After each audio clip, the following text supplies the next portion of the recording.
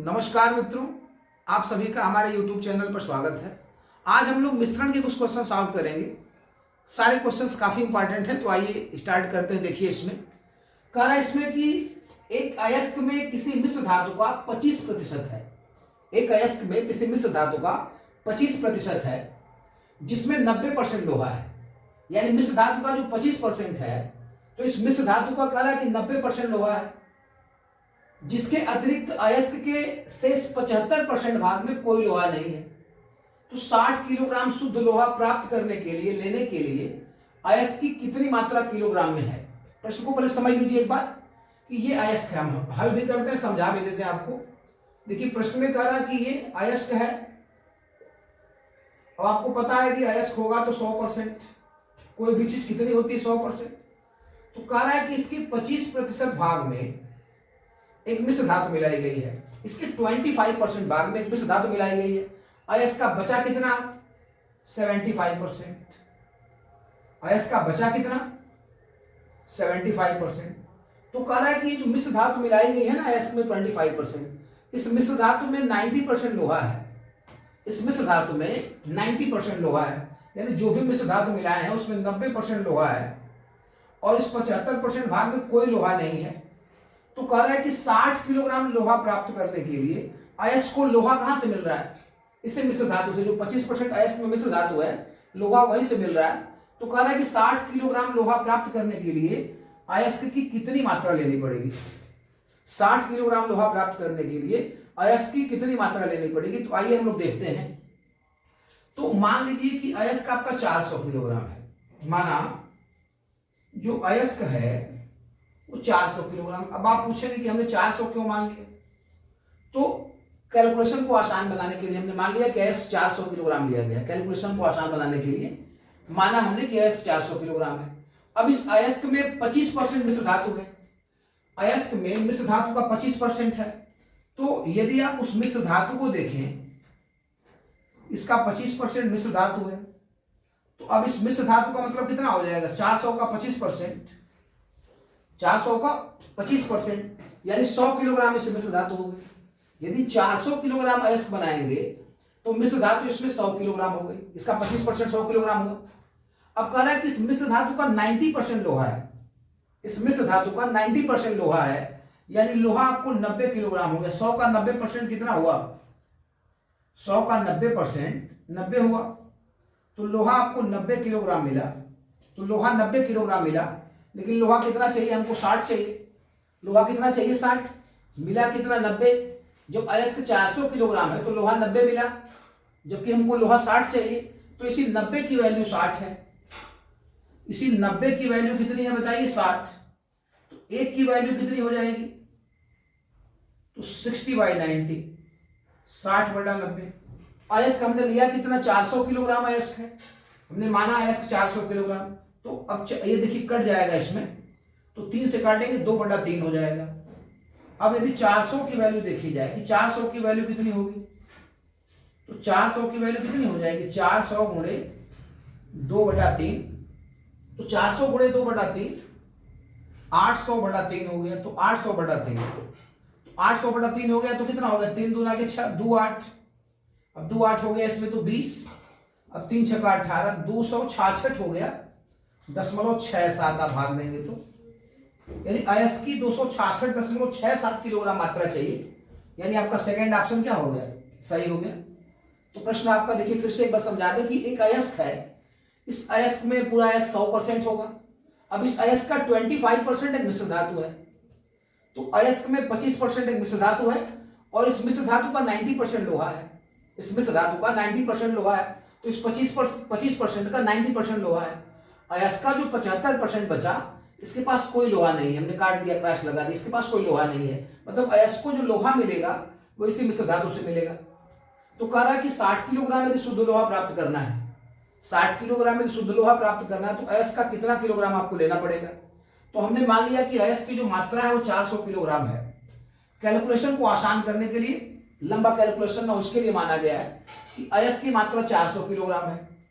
अब अयस्क का 25% मिश्र धातु है, तो मिश्र धातु कितनी होगी इसकी? 400 का 25% कितना हुआ? 100 किलोग्राम। अभी 100 किलोग्राम मिश्र धातु है, इस मिश्र धातु का 90% लोहा है, इस मिश्र धातु का 90% लोहा है, तो लोहा कितना हो गया 90 किलोग्राम। अब 90 किलोग्राम लोहा हो गया, बट लोहा को हमको 60 ही किलोग्राम चाहिए ना, 90 किलोग्राम लोहा हो गया, बट लोहा हमको 60 ही किलोग्राम चाहिए, तो 90 की वैल्यू 60 है, तो 90 की वैल्यू 60 है, तो 1 की वैल्यू 60 बटा 90, यानी 3 दूना की 6, 3 3 2 बटा 3। अयस्क की मात्रा पूछ रहा है, तो अयस्क हमने कितना लिया था 400 किलोग्राम, तो 400 की वैल्यू 400 गुणे 2 बटा 3, 800 बटा 3। अब काटेंगे 3 दूना के 6, 2 8, 3 6 18, 2 20, 3 6 18, 266.67 किलोग्राम अयस्क ले लेंगे, तो 60 किलोग्राम लोहा मिल जाएगा। तो ये हमारा पहला क्वेश्चन समाप्त हुआ। सेकंड क्वेश्चन स्टार्ट करते हैं। आइए सेकंड क्वेश्चन स्टार्ट करते हैं। तो देखिए सेकंड क्वेश्चन लिख रहा है, एक प्रकार के द्रव में 20% जल है और दूसरे प्रकार के द्रव में 35% जल है। तो पहले द्रव के 10 अंश का मतलब 10 लीटर 10 किलोग्राम जो भी है, तो पहले द्रव के 10 अंश और दूसरे द्रव के 4 अंश को मिलाकर एक गिलास में भरा गया है, भरे हैं। तो नए मिश्रण में कह रहा है, नए मिश्रण लिखा हुआ है, तो कह रहा है कि नए मिश्रण में जल कितना होगा। प्रश्न में कह रहा है कि एक द्रव में 20% जल है और दूसरे प्रकार के द्रव में 35% जल है। पहले द्रव का 10 लीटर या 10 अंश, दूसरे द्रव का 4 अंश मिलाकर एक गिलास में भरे हैं। नए मिश्रण में जल कितना होगा। तो देखिए पहले मिश्रण में देखिए 20% जल है, तो 20% जल का मतलब हो गया 1/5 भाग जल है। पहले मिश्रण में 1/5 भाग जल है, यानी 5 लीटर मिश्रण में 1 लीटर जल है। अब दूसरे प्रकार का जो द्रव है इसमें 35% जल है, कह रहा है। दूसरे प्रकार का जो द्रव है उसमें 35% जल है, तो 35 का परसेंट का मतलब 7/20 होता है, तो 7/20 भाग जल है। यदि पहले मिश्रण में 1/5 भाग जल है, परसेंटेज को हमने भिन्न बदल दिया, और 35% दूसरे मिश्रण में जल था, यानी दूसरे मिश्रण का 7/20 भाग जल है। तो कह रहा है कि पहले मिश्रण का 10 अंश या 10 लीटर, तो पहले मिश्रण के 10 लीटर में कितना जल होगा। देखिए पहले मिश्रण का 10 लीटर मिलाया है और दूसरे मिश्रण का 4 लीटर मिला के 14 लीटर मिश्रण तैयार किया गया है। पहले मिश्रण का 10 लीटर मिलाया है और दूसरे मिश्रण का 4 लीटर या 4 अंश मिला के 14 लीटर द्रव तैयार किया है, मिश्रण तैयार किया है। तो पूछ रहा है इसमें जल का प्रतिशत क्या होगा, जो मिश्रण मिला है उसमें जल का प्रतिशत क्या होगा। अब बताइए कि पहले मिश्रण के 10 लीटर या 10 अंश में कितना जल होगा। तो 10 गुणे 1/5, 10 गुणे 1/5, 1/5 भाग जल है, तो 10 लीटर में 10 गुणे 1/5, और दूसरे मिश्रण का 4 लीटर लिया होगा, तो 4 लीटर में दूसरे मिश्रण की कितना जल होगा, 4 गुणे 7/20। दूसरे मिश्रण के 4 लीटर में कितना जल होगा, तो 7/20 भाग जल है, तो 4 लीटर में 4 गुणे 7/20। अब इसको यदि काटें तो 4 एकम 4 और 4 पंजे 20, ये देखिए 10/5, 10/5 और ये 7/5 हो गया, तो 10 7 17/5, 17/5 भाग जल हुआ 14 लीटर मिश्रण में, यानी 14 लीटर मिश्रण में 17/5 लीटर या 17/5 भाग क्या हो गए, जल हो गए। तो कितने प्रतिशत जल है, तो आप ऐसे लिखिएगा कि 14 लीटर मिश्रण में 17/5 लीटर जल है, तो 1 लीटर मिश्रण में कितना होगा, कितना जल होगा, तो 17/5 नीचे 14 से भाग हो जाएगा। अब 100 लीटर जल में कितना होगा, 100 लीटर मिश्रण में कितना जल होगा, इसी में 100 से गुणा कर दीजिएगा। तो 100 से गुणा करेंगे देखिए तो 5 से कट जाएगा 20 बार 20, और फिर 2 से काट दे तो 2 7 14, 2 दाम में 20, 17 दाम 170, 170/7, तो 7 गुना 14, 3 17, 7 चौक 28, 24 सहित 2/7% जल हो जाएगा। तो जो नया मिश्रण बना उसमें 24 सहित 2/7% जल हो जाएगा, यानी आपका चौथा ऑप्शन सही था। प्रश्न को फिर से समझा जाए एक बार। कह रहा है कि 2 प्रकार के द्रव हैं, तो एक प्रकार के द्रव में 20% जल है। पहले प्रकार का जो द्रव है उसमें 20% जल है, यानी 20% का मतलब 1/5 भाग जल है, यानी 5 लीटर मिश्रण में 1 लीटर जल है।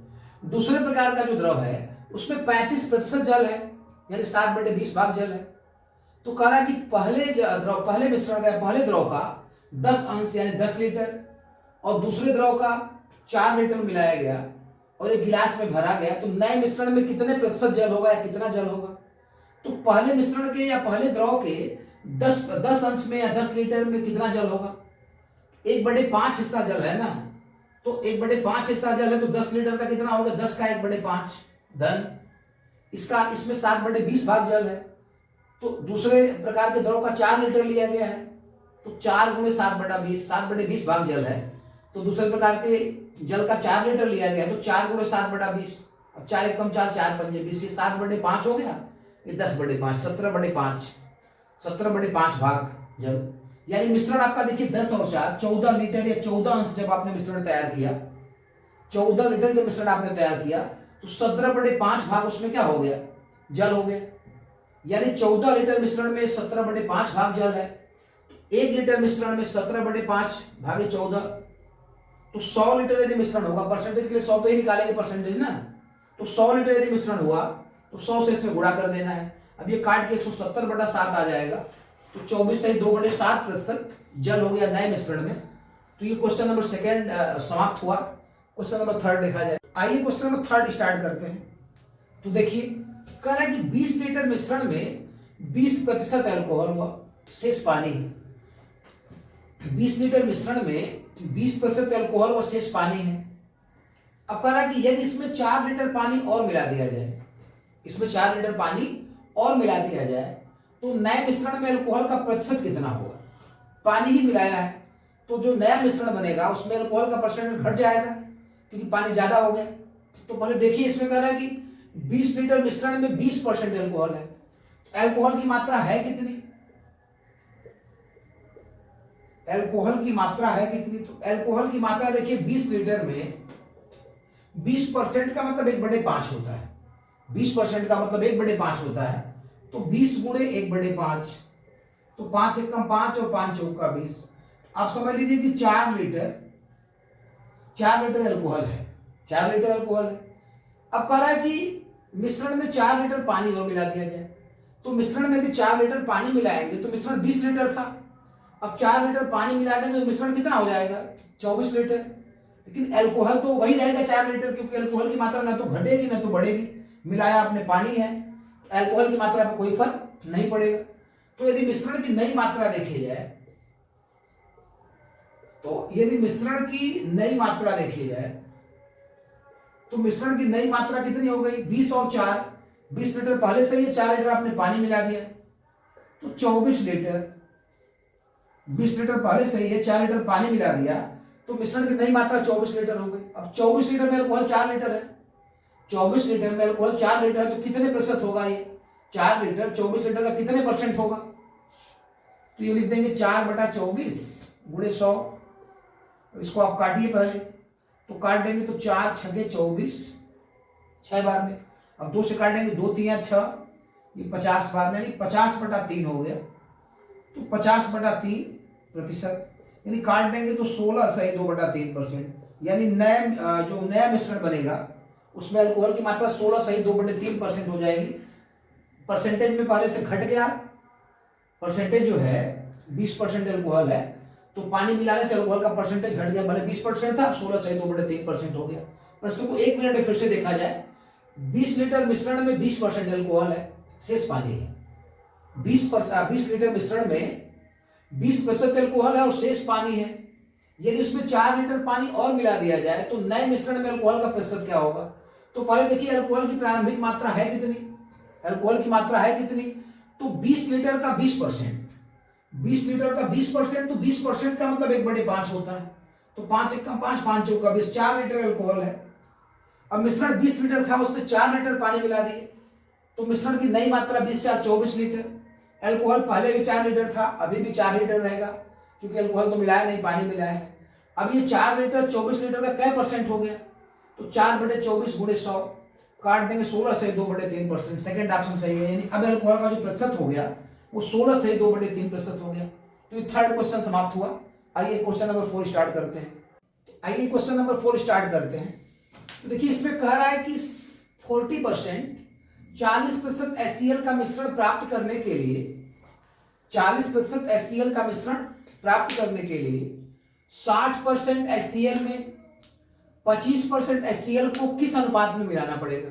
यानी 60% HCl का मिश्रण है और उसमें 25% HCl को किस अनुपात में मिला दिया जाए कि जो नया मिश्रण प्राप्त हो वो 40% HCl उसमें हो जाए। तो देखिए कह रहा है कि 60% HCl में 25% HCl को किस अनुपात में मिलाया जाए कि मिश्रण में जो HCl है वो 40% हो जाए। तो 60 और 25 यहां लिख देंगे और मिश्रण वाला 40 यहां लिख दिया जाता है। अब ये देखिए 25 में से 40 में से 25 घटा देंगे आ जाएगा 15, 40 में से 25 घटा देंगे 15 आ जाएगा, 60 में से 40 घटा देंगे 20 आ जाएगा। तो 15:20 के अनुपात में मिला देंगे तो हो जाएगा। अब काट देंगे तो 5 दिया 15 और 5 चौक के 20, 3:4 में मिला देंगे तो हो जाएगा इसमें। तो फिर से एक बार समझ लीजिए 1 मिनट के अंदर कह रहा है इसमें कि 40% HCl का मिश्रण प्राप्त करने के लिए, यानी मिश्रण आपको 40% HCl का प्राप्त करना है, कह रहा है कि 60% HCl में 25% HCl को किस अनुपात में मिलाना पड़ेगा।